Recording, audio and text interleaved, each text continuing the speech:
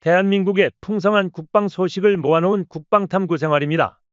구독, 좋아요, 알림 설정에 깊은 감사드립니다. 한국항공우주산업카이에 따르면 KF-21 보람의 전투기의 양산 조립이 순조롭게 진행되고 있습니다. 양산에 돌입한 KF-21 전투기는 뛰어난 성능과 합리적인 가격으로 세계 방산 시장에서 큰 주목을 받고 있는데요. 유럽 방산업계는 아직 전력화되지 않은 KF-21의 등장에 이미 상당한 긴장감을 느끼고 있다고 전해집니다. 프랑스의 군사 전문지인 메타 디펜스 프랑스는 최근 보도에서 양산에 들어간 KF-21이 유럽의 전통적인 항공업체들에게 심각한 위협이 될 것이라고 분석했습니다. KF-21은 부분적인 스텔스 기능을 갖춘 4.5세대 전투기로 프랑스의 라팔, 유로파이터 타이푼, 미국의 F-16, F-15EX와 같은 경쟁 모델들과 비교됩니다. KF-21은 21세기에 개발된 유일한 4.5세대 전투기이며 향후 5세대의 고도 스텔스 기능과 6세대의 유무인 복합 운영까지 가능한 진화적 개발을 목표로 제작되었습니다. 이처럼 기존 경쟁 모델들이 이미 성능의 한계에 도달한 것과 대비되어 KF-21의 잠재적인 발전 가능성을 시사하고 있습니다. 더욱 주목할 점은 이러한 첨단 기능을 갖춘 KF-21이 가격 경쟁력까지 겸비했다는 것입니다. 업계에 따르면 초도 양산에 들어가는 개발 분담금을 제외하면 KF-21 전투기의 가격은 후속 군수 지원을 포함해 대당 약 1,000억 원 수준으로 파악되었습니다. 이는 1,500억 원 이상으로 알려진 라팔과 타이푼에 비해 훨씬 경쟁력이 우수하다는 것을 알 수 있습니다. 메타 디펜스 프랑스 역시 KF-21이 라팔이나 타이푼보다 가격 면에서 우위를 점하고 있다고 인정했습니다. 심지어 KF-21 전투기는 이제 막 양산에 돌입한 신규 기체이기 때문에 향후 생산비 절감 요소가 반영되면 가격 경쟁력이 더욱 높아질 것입니다. 한국항공우주산업은 첨단 자동화 설비를 대거 도입하며 생산성을 높이고 있습니다. 메타 디펜스 프랑스는 KF-21 보라매가 검증된 기술과 진화적 개발을 적용한 확장성까지 갖춰 우수한 성능을 발휘할 수 있으며 5세대 전투기 카테고리에 완전하게 통합된 KF-21EX 모델의 경우 세계 전투기 시장에서 라팔, 타이푼, F-15EX보다 한 발 앞서 나갈 것으로 분석했습니다. 유럽에서 한국산 전투기에 대해 극찬하는 만큼 중국 역시 한국산 KF-21 전투기에 깊은 관심을 보이고 있습니다. 중국 최대 뉴스 포털 사이트인 163.com은 KF-21 보라매를 엉터리 비행기라며 조롱하는 기사를 내보냈습니다. 중국은 한국이 서방 기술을 이용해 KF-21 전투기를 개발했으나 이는 4.5세대 전투기 수준에 불과하며 5세대와는 거리가 멀다고 주장했습니다. 그러면서 중국이 자체 개발 중인 제-20 전투기를 언급하며 F-22와 F-35에 필적하는 차세대 전투기를 서방 기술 없이 개발했다고 자화자찬했습니다. 하지만 중동 국가의 고위직들이 잇따라 한국을 방문하며 전투기 수출을 고대하던 중국 역시 질투심을 감추지 못하는 상황이 되었습니다. 중동 각국은 한국의 천궁투, K9 자주포, LSAM과 같은 지상 무기와 미사일 체계를 구매하는 한편 한국의 KF-21 전투기와 항공무기 체계에도 큰 관심을 보이고 있습니다. 특히 사우디아라비아는 한국과 6세대 전투기 개발을 희망하며 구체적인 협상을 진행하고 있습니다. KF-21의 성능에 매우 만족한 협상단은 보라매 전투기에 대한 최초 협상 조건을 내걸었고 이에 대해 방위사업청은 KF-21 사업이 경제적으로 미칠 파급 효과가 크다고 밝혔습니다. 무기 경제 칼럼에 따르면 KF-21 전투기의 수출 유발 효과는 약 24조 원 이상이며 부품 생산 및 공장 운영 등으로 인해 최소 6조 원의 부가가치가 유발될 것이라고 전해졌습니다. 또 한국이 최신형 전투기 기술을 확보하는 데 따른 기술적 파급 효과는 약 50조 원에 달한다고 분석했습니다. 이는 KF-21 전투기가 완성되면 더는 외국산 전투기를 구매하지 않고 국산 전투기를 사용함으로써 아껴지는 기술적 비용에 해당합니다. 폴란드와 사우디아라비아에 대한 수출이 추가적인 이익을 창출할 것으로 기대됩니다. 한국항공우주산업은 사업이 시작된 이래로 작년까지 한국항공 본사와 1차 협력업체에서만 약 1만 2천 명의 고용을 창출하는 데 성공했습니다. 방위사업청 전투기사업단장은 KF-21 사업이 완료되면 취업 유발 효과가 약 12만 명에 이를 것으로 전망했으며 폴란드와 사우디아라비아는 물론 현재 논의 중인 아랍에미리트까지 수출 생산 라인이 가동되면 최대 45배 이상의 엄청난 인력 고용 효과가 예상된다고 밝혔습니다. 대한민국 방위사업청은 KF-21 전투기의 최종 개발이 완료되면 최소 400대에서 최대 500대 이상의 해외 수출 잠재력이 있다고 보고 있습니다. 실제로 폴란드와 사우디아라비아는 물론 구형 기체를 교체하려는 스위스와 아랍에미리트도 입찰에 참여하며 발품을 팔고 있는데요. 향후 5세대 스텔스 전투기로 개량될 KF-21 전투기는 미국의 F-35와 같은 업체와 견줄 수 있는 잠재성을 가지고 있습니다. 특히 군용 항공기 무기 수출 분야에서 4세대 전투기가 아닌 4.5세대 전투기라는 독특한 포지션을 점하며 고성능과 가성비를 모두 갖추었습니다. 이런 점에서 해외 수출 경쟁에서 상당히 유리한 위치를 차지하게 되었습니다. 가장 유력한 첫 해외 수출 지역은 중동의 석유 부국들입니다. 이미 한국산 무기를 직접 구매한 국가들 중 사우디아라비아는 대표적인 한국 우호 국가로서 방위 예산을 대폭 투자하며 빈살만 왕세자가 이끄는 경제 협력을 강화하고 있습니다. 사우디아라비아는 석유 수출을 통해 연간 300조 원에 달하는 국방 예산을 확보하고 있으며 4.5세대와 5세대급 전투기를 구매하는 것을 진지하게 고려하고 있는 상황입니다. KF-21 전투기의 가격과 성능이 사우디아라비아의 요구에 정확히 부합했습니다. 한국의 외교적 동맹인 나토 회원국인 동유럽 지역도 KF-21의 수출 대상에서 빠질 수 없습니다. F-35와 유로파이터의 비싼 유지비를 감당하기 어려운 동유럽 국가들은 3세대 전투기에서 4세대 전투기로의 교체를 필요로 하고 있습니다. 폴란드, 핀란드, 헝가리, 체코, 루마니아 등도 수출 후보군에 포함됩니다. 국방비 예산이 증가한다면 브라질, 멕시코, 필리핀까지도 KF-21의 수출 후보에 오를 수 있습니다. 실제로 필리핀과의 협상은 현재 진행 중입니다.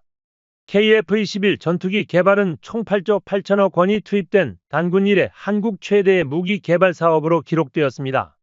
원활한 수출을 위해 KF-21의 부품 국산화율은 계획보다 빠르게 발전 중입니다. 현재 70%를 넘긴 부품 국산화율이 더 높아질수록 생산 단가를 낮출 수 있습니다. 전투기의 심장인 터보팬 엔진은 한화에어로스페이스가 제너럴 일렉트릭사의 엔진을 면허 생산하고 있지만 국산 엔진 개발이 필수적입니다. 한화와 두산 에너빌리티가 이를 위해 힘을 합쳐 국산화에 집중하고 있습니다. 독자적인 엔진 개발은 자주 국방을 실현하는 데 매우 중요합니다. KF-21의 국산화율을 점차 높여 2030년 초까지 최대한 독립성을 확보할 계획입니다. 만약 국산화가 이루어지지 않으면 운영에 있어 여러 제약이 따르게 됩니다.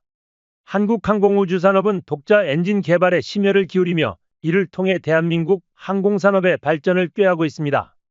그동안 대한민국은 미국의 갑질을 견뎌야 했지만 이번에는 엔진 국산화로 더 이상 외세의 영향을 받지 않겠다는 결심을 보였습니다. KF-21 전투기의 초기 개발에는 록히드 마틴의 도움을 받았지만 전자장비 이전에 대한 난관에 부딪혔습니다. F-35 40대 도입과 차세대 전투기 기술 이전 협상을 했음에도 불구하고 미국이 A사 레이더, 적외선 탐색 장비, 전자광학 표적 장비, 전자파 방해 장비의 기술 이전을 거부했기 때문입니다. 하지만 한국은 이러한 기술을 자체적으로 개발해냈습니다. KF-21은 독립적인 대한민국산 전투기지만 여전히 미국제 엔진을 사용해야 하는 현실을 바꾸기 위해 국산 엔진 개발에 박차를 가하고 있습니다. 한국항공우주산업은 수출 문의가 쏟아지는 가운데 첨단 엔진을 개발하는 데 주력하고 있습니다.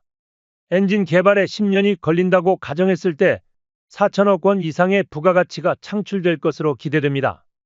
KF-21 전투기 엔진 개발에 박차를 가하고 있습니다. 국산 엔진은 국내에서 가장 유명한 미래 항공엔진 제조업체인 한화와 두산이 공동 개발을 주도하고 있습니다. 한국이 전투기를 만들겠다고 시작한 지 불과 몇 년 만에 KF-21 전투기의 실무를 선보이며 이제는 한국형 엔진 탑재 비행 테스트와 엔진 개발까지 진행할 정도로 성장했습니다. 이에 대해 놀랍다는 평가가 이어지고 있습니다. 또한 빠른 선회 능력 덕분에 한국이 보유한 어떤 전투기보다도 민첩한 기동을 자랑합니다. 한국의 항공엔진 분야에서는 한화에어로스페이스가 기술 개발을 주도하고 있으며 세계 항공 분야를 주도하는 세대 기업으로부터 상당한 신뢰를 얻고 있습니다. 더 흥미로운 점은 내년까지 2000켈빈급 소재 기술 사업이 완료될 예정이라는 것입니다. 이 사업은 주로 두산의 차세대 가스터빈용 소재 개발을 위한 것이지만 이미 한화에어로스페이스의 엔진 개발에 두산이 협력하고 있는 데다가 1900켈빈급 기술도 두산의 사업에서 파생된 만큼 2000켈빈 엔진 기술 역시 기대를 모으고 있습니다. 한화의 엔진 개발이 성공하면 성능 향상을 이루면서도 가격 경쟁력을 유지할 수 있어 더욱 고무적입니다. F414 엔진은 970억 원 중 125억 원을 차지하며 항공기 전체 가격의 10%를 넘는 고가의 엔진입니다. 라이선스 생산에도 불구하고 비용이 높지만 한국은 이를 통해 많은 노하우를 습득했습니다. 국산 엔진을 제작한다면 같은 비용과 시간으로도 더 효율적이고 저렴한 엔진을 사용할 수 있게 될 것입니다. 공개된 방식을 통해 전 세계가 대한민국 엔진 기술에 주목하고 있습니다. 하지만 한화에어로스페이스가 자신 없어하던 부분이 있었으니 바로 시험평가입니다. 이러한 기술을 적용한 엔진을 개발하려면 모든 단계에서 설계 능력, 제작 능력, 그리고 안전성을 입증할 수 있는 시험평가를 하나하나 거쳐야 합니다. 그를 위한 인프라를 개별 기업이 마련하는 데는 막대한 예산이 들기에 사실상 불가능에 가깝습니다. 여기서 필요한 것이 바로 다른 협력 기업이나 국가적 지원입니다. 운 좋게도 한화는 그 두 가지를 모두 얻게 되었습니다. 같은 날 두산 에너빌리티가 정확히 같은 분야의 출사표를 던졌습니다. 두산은 한화의 고민을 해결할 수 있는 역량을 갖추고 있었습니다. 두산은 설계 과정에 참여할 예정이며 한화보다도 자신감 있는 모습을 보였습니다. 두산의 독특한 커리어 덕분입니다. 엔진 터빈 기술은 항공기를 날리거나 발전기를 돌리는 데 사용됩니다. 일반적으로 다른 나라들은 항공엔진 기술을 먼저 개발한 후 발전용 엔진 터빈을 개발하지만 두산은 발전용 엔진 터빈을 독자적으로 개발한 세계 5번째 기업입니다. 이제 한국은 이 기술을 역으로 항공엔진에 적용할 계획입니다. 항공엔진은 무게 대비 추력을 극대화하는 것이 목표인 반면 발전엔진은 연료 효율을 극대화하는 것이 목표입니다. 두산의 엔진은 이미 연료 효율이 뛰어납니다. 물론 이를 항공엔진으로 전환하는 과정이 간단하지는 않지만 두산은 초고압 터빈을 1만 시간 가까이 운전한 기록이 자부심이라고 밝혔습니다. 또한 한화가 고민하는 초내열성 소재도 두산은 1700도까지 극복한 소재를 보유하고 있습니다. 두산은 지난 10년간 발전 엔진 터빈을 통해 어마어마한 양의 소재 데이터를 축적했으며 이를 활용해 새로운 합금강을 개발하는 데 주력하고 있습니다. 한화와 마찬가지로 신기술을 적극 수용하고 있습니다. 이제 남은 것은 이를 항공용으로 전환하는 일뿐입니다. 두산은 원래 이 기술을 발전소에 적용했으며 방산 분야에서는 함정용으로 응용할 계획이었습니다. 이를 알아본 방사청이 한화와 두산의 협력을 권유한 것입니다. 한화에어로스페이스는 항공 분야에서 오랜 경험을 쌓아왔고 두산의 기술을 접목하는 데 큰 역할을 할 수 있습니다. 두산은 한화가 처음 도전하는 항공 분야에서 지원하며 서로를 이끌어줄 수 있습니다.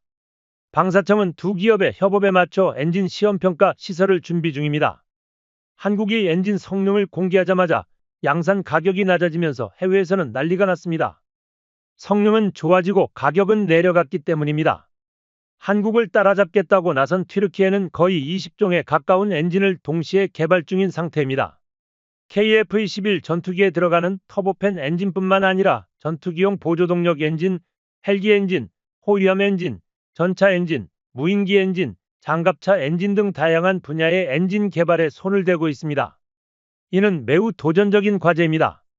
물론 성공만 한다면 빠르게 기술을 습득할 수 있겠지만 튀르키예 입장에서는 한국이 따라잡힐 듯하다가 멀리 도망친 듯한 느낌을 지울 수 없을 것입니다. 튀르키예는 어떻게든 한국을 따라잡기 위해 한국이 난처할 법한 전략을 꺼내 들었습니다. 그 전략은 바로 우크라이나를 엔진 개발에 끌어들이는 것입니다.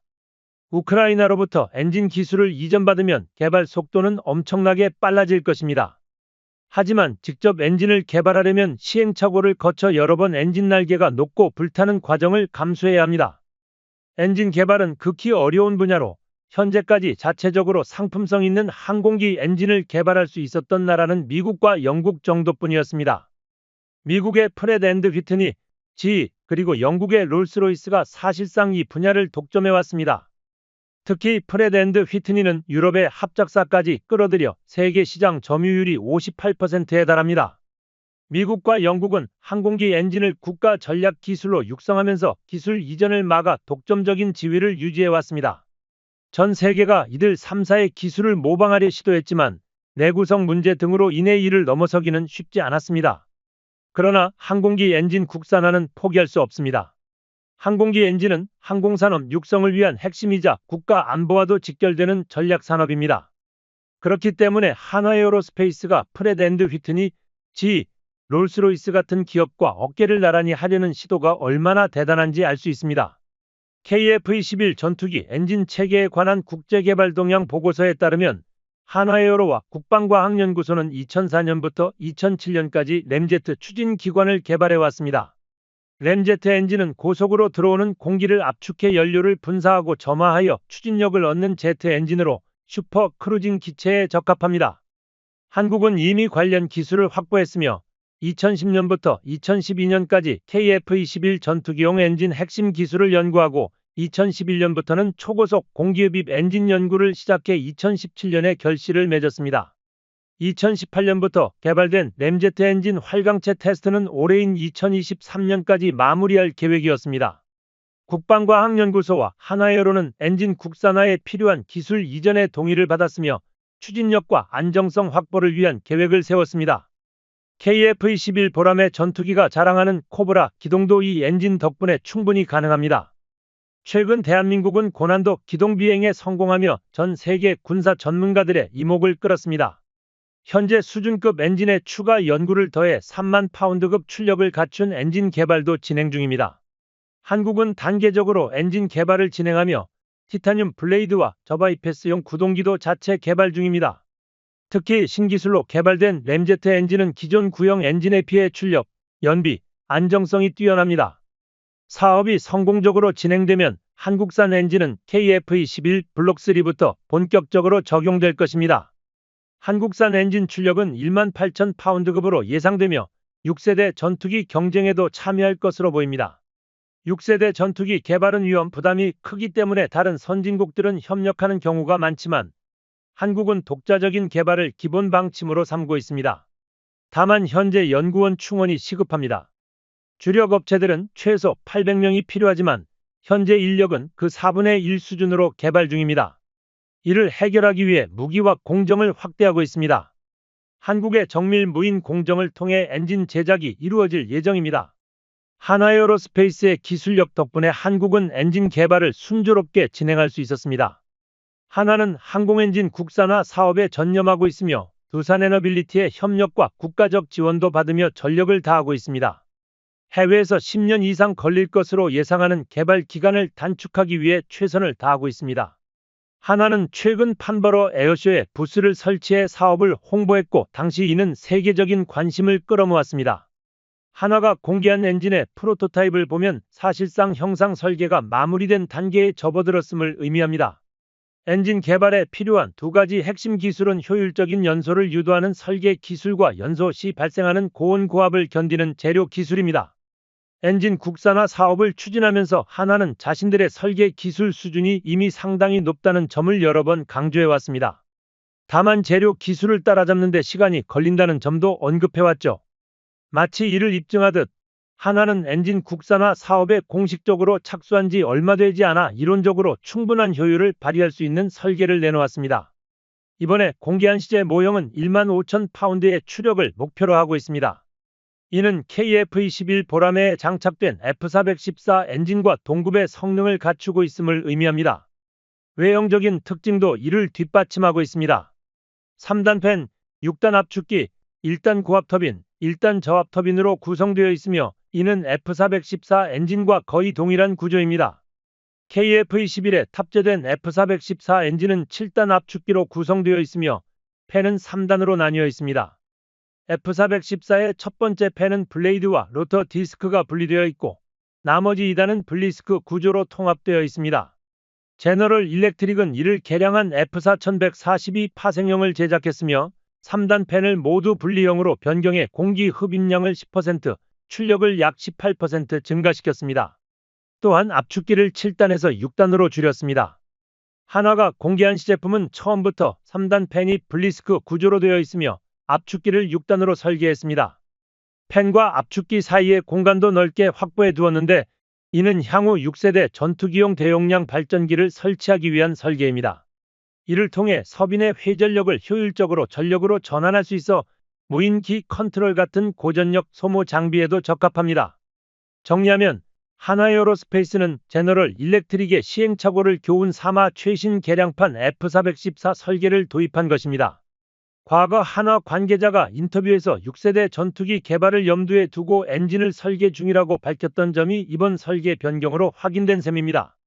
하지만 한화는 현재 공개된 시제 모형에서 더 나아가 15,000파운드를 초과하는 18,000파운드급 성능을 목표로 하고 있습니다. 한화의 엔진 개발 로드맵에 따르면 1단계에서 개발된 엔진도 KF-21 블록3과 5세대 무인 전투기에 적용할 수준으로 계획되어 있습니다. 국방과학연구소가 검토 중인 엔진 소재는 섭씨 1625도, 즉 1900K까지 견딜 수 있어 18,000파운드의 추력을 발휘할 수 있습니다. 불과 재작년까지만 해도 1800K 소재를 검토하던 상황에서 불과 2년 사이에 엔진 온도를 100K나 올리며 성능 목표를 크게 높였습니다. 대한민국의 방산 기술력은 놀라운 속도로 발전하고 있습니다. 이처럼 K방산은 세계를 선도하고 있습니다. 한국산 무기 체계가 더욱 발전하기를 기대하며 다양한 연구와 노력이 계속되기를 바랍니다. 다음에 더 흥미롭고 유익한 소식으로 다시 찾아뵙겠습니다. 지금까지 국방탐구생활이었습니다. 구독과 알림 설정 부탁드리며 시청해 주셔서 감사합니다. 시청자 여러분, 좋은 하루 되세요.